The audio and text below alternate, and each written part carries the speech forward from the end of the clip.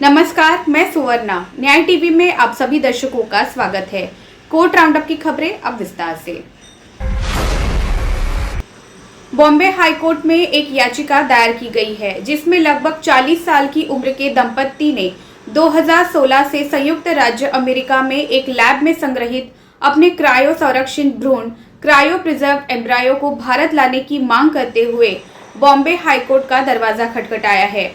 न्यायमूर्ति उज्ज्वल भुइया और न्यायमूर्ति माधव जामदार की खंडपीठ ने सोमवार को याचिकाकर्ता के वकील की दलीलों के बाद केंद्र, भारतीय आयुर्विज्ञान अनुसंधान परिषद और अन्य विभागों को नोटिस जारी किया।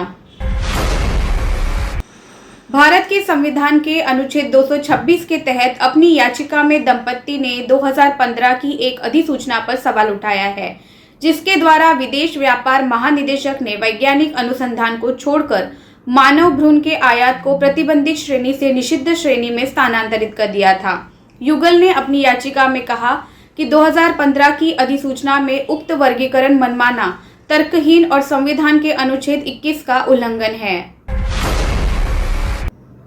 याचिकाकर्ता ने आरोप लगाया है कि जेल में रहते हुए वो ड्राई प्लूरिसी से संक्रमित हो गए थे और डॉक्टर ने जबरदस्ती 2 बार स्ट्रेप्टोमाइसिन इंजेक्शन लगाया। इसके परिणाम स्वरूप उनका बुखार 105 डिग्री फ़ारेनहाइट को पार कर गया और सीने में दर्द महसूस हुआ और आखिरकार 23 जून को सुबह 3:40 बजे डॉक्टर मुखर्जी की हिरासत में ही मौत हो गई। याचिका में कहा गया है, डॉक्टर श्यामा प्रसाद मुखर्जी की हिरासत में मौत ने देश भर में व्यापक संदेह पैदा कर दिया और उनकी मां ने भी एक स्वतंत्र जांच की मांग की थी, लेकिन नेहरू ने पत्र को नजरअंदाज कर दिया और कोई जांच आयोग स्थापित नहीं किया गया था। इसलिए डॉक्टर श्यामा प्रसाद मुखर्जी की मौत विवाद का विषय बनी हुई है।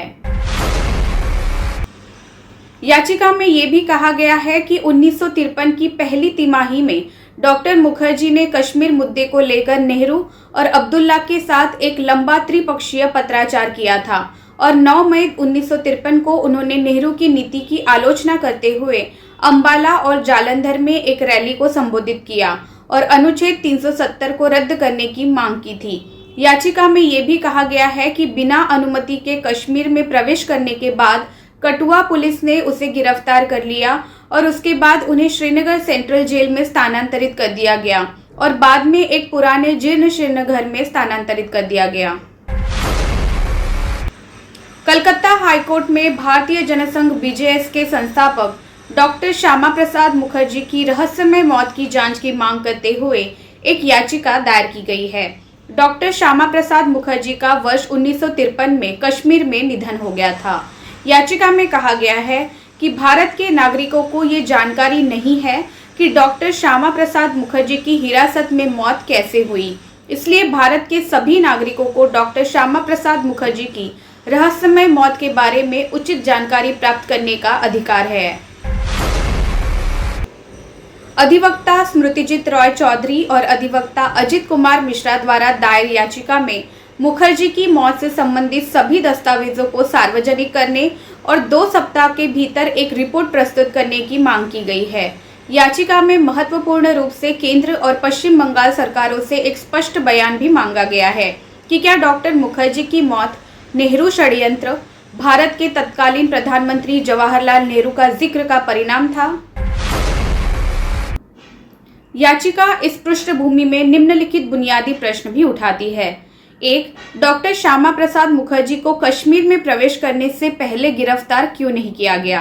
क्या ऐसा इसलिए है क्योंकि सुप्रीम कोर्ट का जम्मू कश्मीर पर कोई अधिकार क्षेत्र नहीं है? 2. जम्मू कश्मीर के दौरे के दौरान नेहरू उनसे कभी क्यों नहीं मिले? 3. जब डॉक्टर श्यामा प्रसाद मुखर्जी हिरासत में थे तो एसके अब्दुल्ला की सरकार द्वारा कोई मुकदमा क्यों नहीं चलाया गया और 11 मई 1953 को कठुआ में उनकी गिरफ्तारी के बाद उन्हें कभी अदालत में पेश क्यों नहीं किया गया? मुंबई की एक अदालत ने एक रेप मामले की सुनवाई करते हुए कहा है कि कॉन्डम की उपस्थिति का मतलब ये नहीं है कि सेक्स सहमति से किया गया था। अदालत एक नौसेना कर्मचारी की जमानत पर सुनवाई कर रहा था। इस कर्मचारी पर अपनी सहयोगी के साथ बलात्कार करने का आरोप लगा है। अदालत ने सुनवाई के दौरान कहा, केवल इसलिए कि कंडोम घटना स्थल पर मौजूद होना ये कहने के लिए पर्याप्त नहीं है कि शिकायतकर्ता के आवेदक के साथ सहमति से संबंध बने थे। ये भी हो सकता है कि आगे आने वाली दिक्कतों से बचने के लिए आरोपी ने कॉन्डम का इस्तेमाल किया हो। नौसेना कर्मचारी पर लगे रेप के आरोप के मामले में अदालत ने ये टिप्पणी की है। दरअसल नौसेना कर्मी पर आरोप है कि उसने अपने सहयोगी की पत्नी का ही रेप किया है। वहीं उसने दावा किया था कि उसकी ओर से सहमति के बाद ही संबंध बनाए गए थे। इस दावे के समर्थन में उसने कॉन्डम लगाने की बात कही थी, जिस पर कोर्ट ने ये टिप्पणी की है। भारत में व्हाट्सएप बैन। फेसबुक के स्वामित्व वाले व्हाट्सएप ने अब नए आईटी नियम न्यू आईटी रूल्स का अनुपालन शुरू कर दिया है। कंपनी ने पिछले महीने अपनी पहली मासिक सुरक्षा रिपोर्ट प्रकाशित की थी। इस रिपोर्ट में व्हाट्सएप ने खुलासा किया कि उसने 15 मई से 15 जून के बीच भारत में कम से कम 2 मिलियन अकाउंट को बैन किया है। अब दूसरी रिपोर्ट आई है जिसके अनुसार व्हाट्सएप ने 45 दिनों के भीतर भारत में 30 लाख से अधिक खातों पर प्रतिबंध लगा दिया है। व्हाट्सएप ने भारत में 16 जून से 31 जुलाई तक केवल 46 दिनों के भीतर 30,27,000 खातों को बैन कर दिया है। फिलहाल बस इतना ही। अन्य खबरों के लिए जुड़े रहिए न्याय टीवी के साथ। नमस्कार।